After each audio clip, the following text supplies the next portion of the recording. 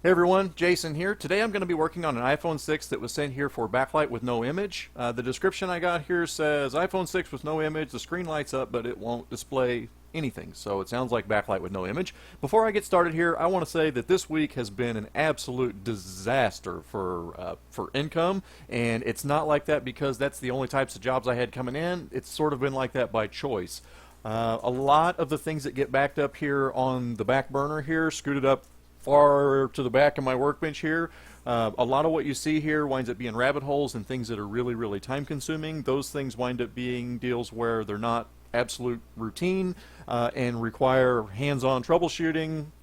A lot of times they wind up here. So what I've done this week is I've spent some time and I've went back through rabbit holes, and I do have to say that I have found a lot of closure in doing that. And what I'm trying to get to, what I'm getting to is that by going through and following these rabbit holes and staying up till 2 o'clock in the morning and following some of these all the way till the bitter end, I've been able to come up with reasons as to why they weren't fixable. Many of them actually repaired them, but some of them actually been able to say, this is why this one don't work, and can send the no-fix bill with a definitive bottom line as to why it is that I'm not going to fix that or why it is that that's not fixable. So that really makes me feel really good, and I wanted to talk about that for a minute because it's a big difference sending something back saying unsure of problem, unable to provide a fix. That kind of sucks compared to unable to provide a fix, AP to LCM, reset L is shorted to ground at the CPU. That's, you know. So anyways, moving on to this repair. Let's see what we're up against on this iPhone 6. Now, this was sent here by another shop, and as always with just about any device, I open it up and have a look before plugging it in, because if you don't, you can wind up getting into trouble. But not a lot of trouble. There's not a whole lot you can do that they haven't already done on their own.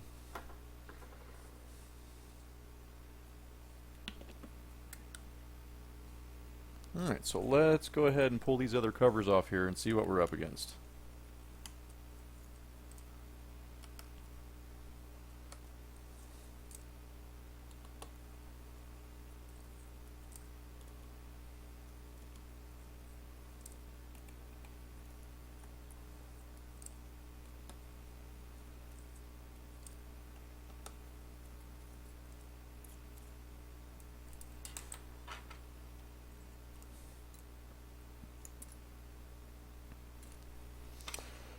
And we're going to disconnect battery, disconnect the screen, and we're going to go straight in for microscopic evaluation.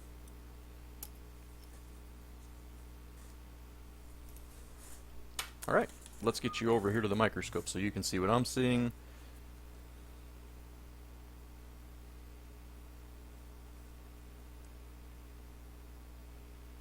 Well, it sure looks like FL2024 has seen better days. You know, that's one of the first things I check. However, on the iPhone 6, it is hardly ever FL2024. I mean, FL2024 is just, it is never the culprit. But here we are, a nice visual inspection. That looks like crap. If you look at FL2024 on the schematics, that is the backlight anode filter that is supposed to blow if the positive pin on the backlight gets shorted. And that hardly ever works out like that on an iPhone 6. Anytime you get a backlight job on an iPhone 6, it is almost always, I mean, always not the filter, because it's usually not caused by a technician shorting it. iPhone 6 backlight issues are normally caused by capacitors in the backlight circuit spontaneously shorting to ground. So we're going to check this filter. I've got my multimeter set to ohms mode, continuity mode, and I'm going to scratch away at this so I can get at both sides of this thing, and we're going to check. We should be close to 0 ohms if it's good. And I get 1.8 thousand ohms. So this is beyond the shadow of a doubt just a filter problem. And to replace that filter, we are going to put in a little bit of shielding here. I'm going to put a shield. Let me see if I can show you what it is that I'm doing. I'm going to put in a shield across the battery, right there.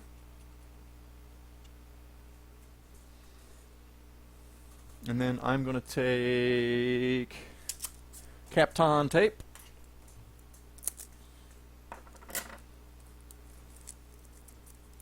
And I'm going to put one piece right straight across the whole entire world there.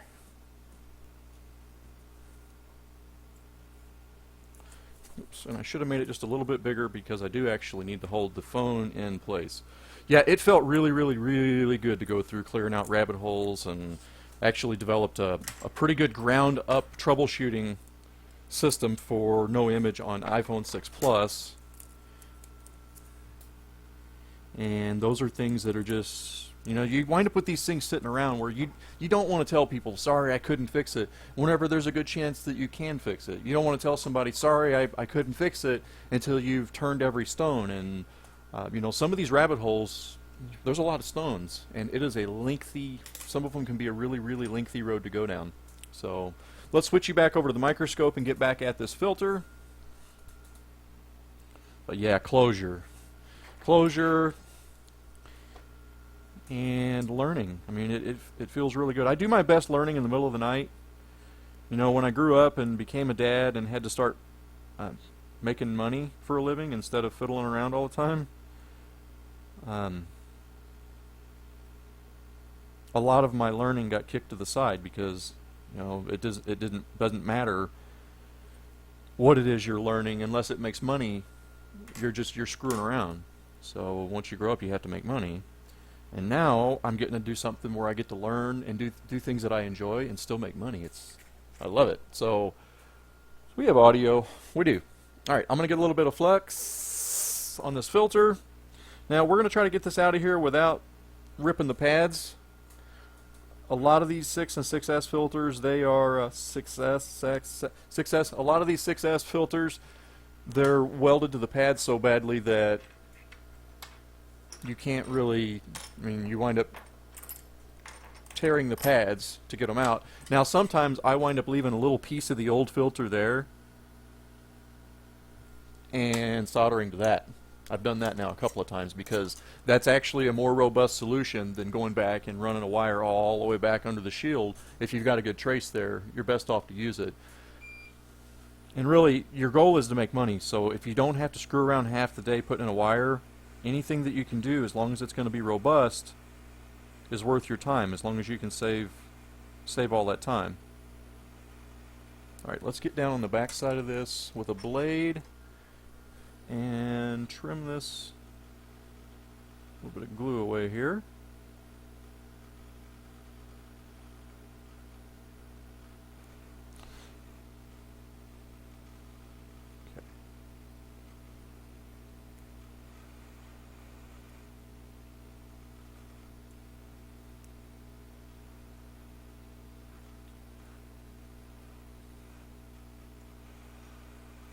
Okay, so we'll trim right on around that filter. Add a little more flux here. What I'm trying to do is get some leaded solder mixed in with what is on this filter already. So I'm dipping the tip of my FL2024 micro pencil with the 0.2mm conical tip that has a wedge file on it. I'm dipping that into leaded solder, 6337 leaded solder paste. I'm heating this board with hot air, and I'm going to put my iron right in next to this little filter and try to get something to happen.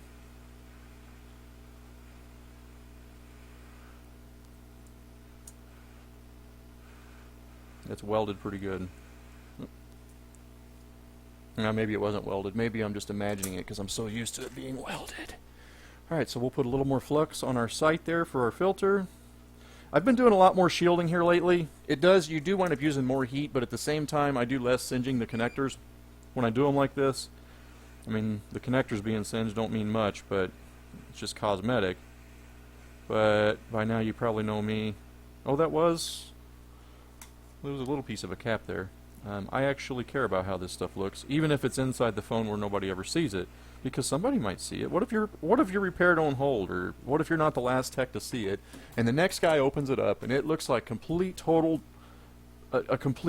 dog pile, and they ask the customer, well, who did this? Well, STS did that. So I do care. I mean, I do care what this stuff looks like.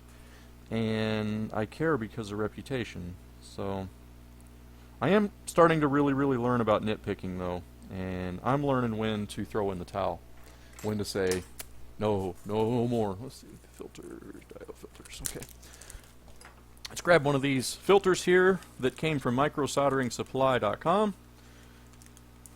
Pretty good people over there. Now I am getting asked a lot to, like, I am getting these multi-page emails that are questions about where I buy the parts and what kind of parts they are and how many I stock of each one and what all to stock and what prices should you charge, and just this, I'm getting like multi-page questionnaires that are basically want me to like present an entire business plan. People that are looking into getting into this. Now, I will tell you that I am excited to be able to help, but I don't have time to respond to multi-page emails with bulleted, numbered questions on how to start and run this business. Because, to be honest, I'm not that good at it myself. I suck at business. I'm a lot better at electronics and figuring out ways to not work a 40-hour job than I am at business. So I'm really not a good person to be asking for a business plan. But so these multi-page questionnaires, I'm really sorry, but I don't have time to respond to all you guys. I'm going to do my best to publish as much as I can here on YouTube, but for now that's all that I have to offer. I can't offer a whole lot extra because if you have seen my job queue here, it is really extensive, and I don't have time. Oh, come on, don't make me look like an idiot. I don't have time to respond to that, that length of request. Some of these requests are really lengthy. See, and here's where putting that tape in place makes you use a lot more heat. And my solder went down there a little grungy on one side of that. I started this video out mouthing about not nitpicking, and then watch me nitpick. Alright, so we are going to flux and heat this one more. Now this is leaded solder, so I'm not raising the temperature of everything else around it far enough to melt everything else around it. I'm only after that one filter, and that is a robust solder joint. So let's get our tape off of here.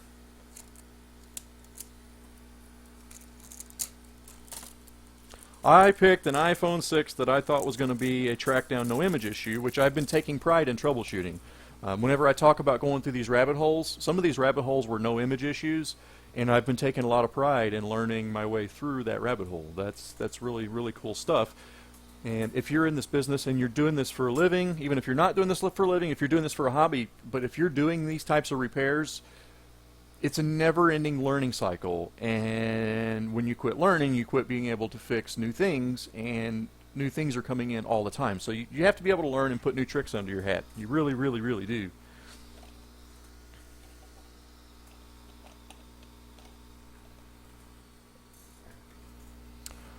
But you have to be able to choose your battles too. Like, at what point do you quit?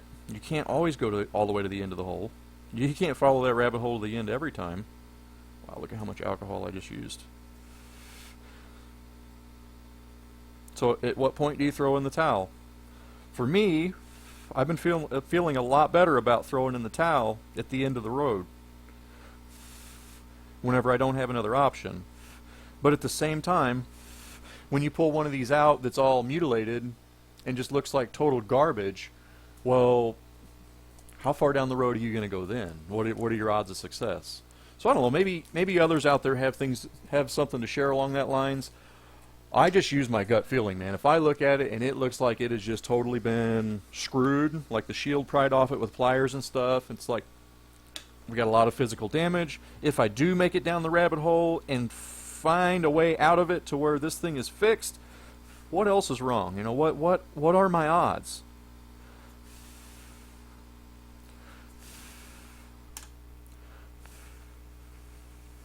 Alright, I'm going to see if I can't boil the alcohol out of that screw hole. Let's see if we can boil alcohol.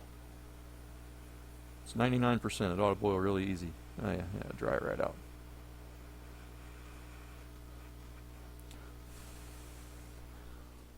Alright, so there we go. filter replaced. Let's go ahead and plug a screen onto this dude, and this will go down in history as one of my easiest videos in a while. I did this. You know, my turnaround time has been running 1 to 2 weeks.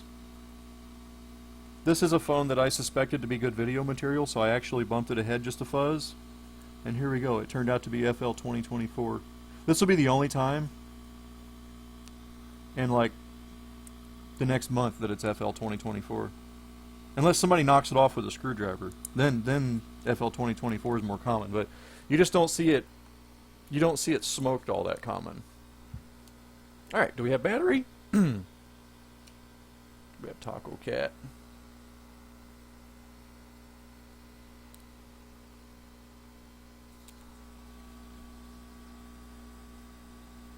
It's funny, it said backlight with no image. Yet with FL2024 blown, you would have image with no backlight. It would be the other way around. So let's see what's up. We're going to hook this up to a power supply because I still got no image. Now there's a pretty good chance that this battery is just flat dead. I didn't plug it into a charger or anything. So we are going to set, I'm going to set my power supply here to 4 volts. And let's go ahead and set my current on this thing just in case anything is ridiculously wrong. So on this cheap supply, for me to set current, what I'm going to do is I'm going to go ahead, I'm going to short my 2 leads together like that. I'm sitting here pulling 2.65 amps. I'm going to dial this down to about 2 amps.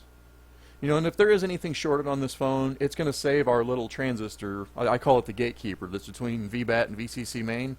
So we're at 4 volts and I've got this thing limited to 2 amps. So let's go ahead and plug in this phone.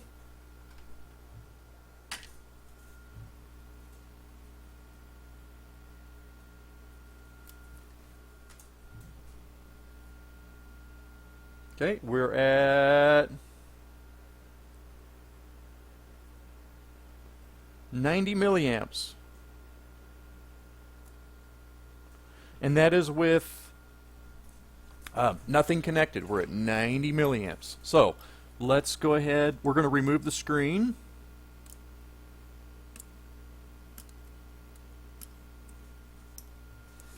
And we're going to check for a path to ground on VCC main. Actually, I'm going to check for a path to ground on backlight output.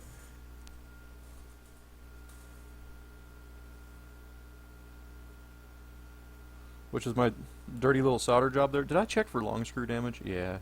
I subconsciously checked for long screw damage. So FL2024 was blown. And now it's not. I'm at 0 ohms. Let's get between ground and FL2024.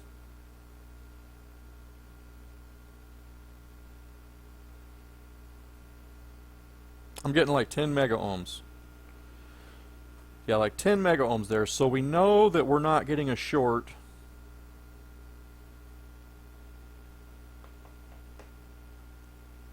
Through backlight output. So let's go ahead and have a look here on the battery line.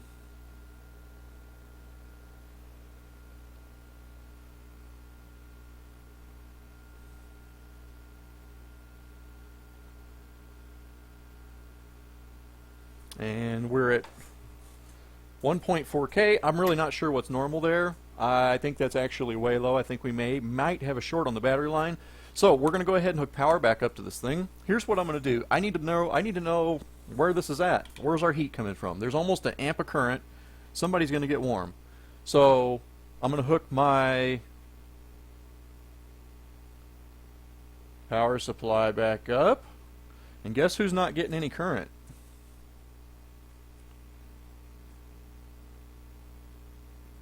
Oh dear Lord! See, this is why I use test screens during this. In the normal course of repair, I would do this, and instead of plugging their screen into it, I would reach up, I would grab my test screen just like that. I would plug my test screen into the phone, and then I would connect power, and then we're going to see backlight with image. So Here's what's up. Here's what actually happened to this phone. This wasn't backlight with no image. This was image with no backlight. And if I switch over to the microscope here and show you what their screen looks like, look at this. This is, oh, no, no, no. If you are doing screen replacements and you're charging customers for screen replacements, watch out for this. You cannot take the shield, the metal shield, and lay it right across all those backlight lines like that. That is no good. No good at all. That is actually what blew this thing. And as you can see, our phone is still booting. We're up for a password prompt. Let's go ahead and check and make sure touch is working. Touch is working. We're going to hold the power button and we are going to slide to power off. Well, hold key, whatever you want to call it. So let's slide to power off there. This was actually the filter, but it was caused by this faulty screen. Okay. So let's disconnect our supply from that. Let's remove the screen. Let's go ahead and let's spend just a second here and fix this screen. I'm going to take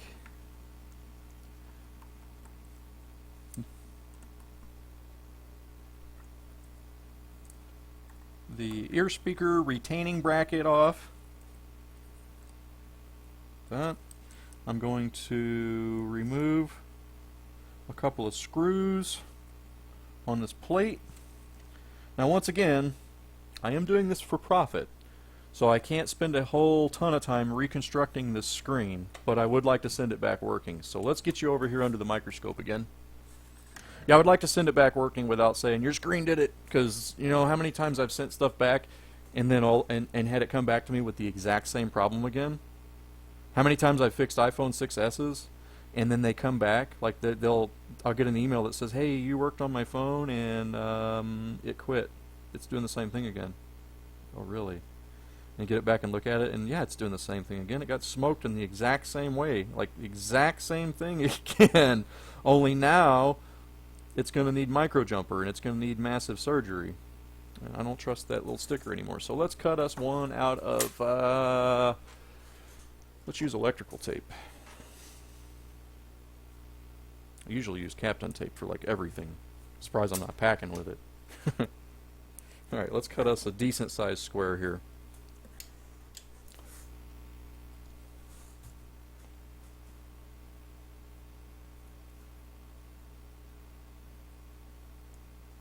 Yeah.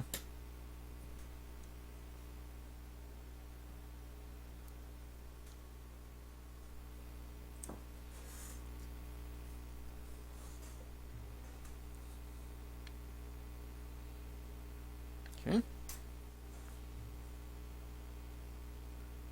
Is my square too big? Yeah, my square's too big. That's ridiculous.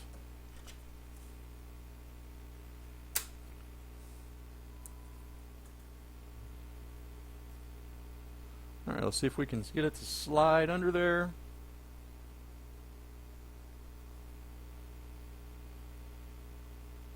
And so you can see the end of it right there. I don't know if you can, but I can. So let's go a little bit past that and then stick this dude down.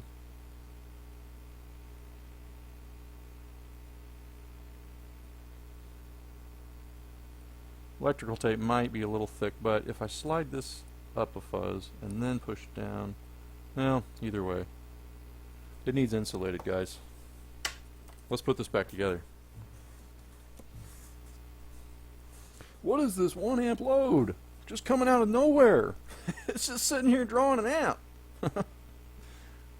Let's see how much FL2024 the coil and the diode can sit here and sync without putting out smoke signals. This thing's shipped here like this with the battery hooked up. What's the odds of that battery still being good? I bet it'll come right back to life. We're going to find out. Let's finish putting this together.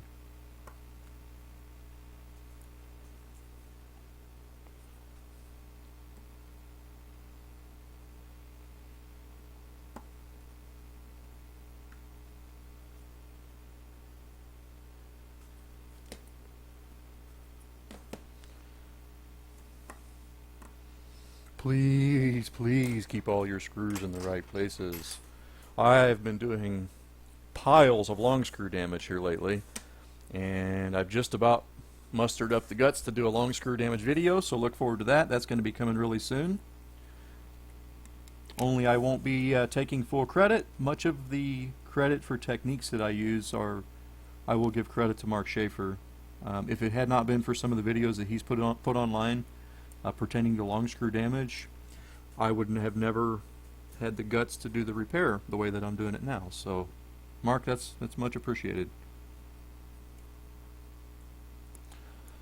Yeah, I'm going to be adding a couple of tools here before too long. I'm going to be adding another station so that I can quit swapping back and forth between irons, but at the same time I'm going to be adding a station that's going to allow me to run tweezers, because I will admit the way that I have to do like this filter replacement, you know, that is a little extensive, but at the same time it's robust, because I know when I do that with hot air, everything has came up to temperature and I've made a nice solid weld. So let's see if that battery comes back to life after being shorted for all that time. Look at there.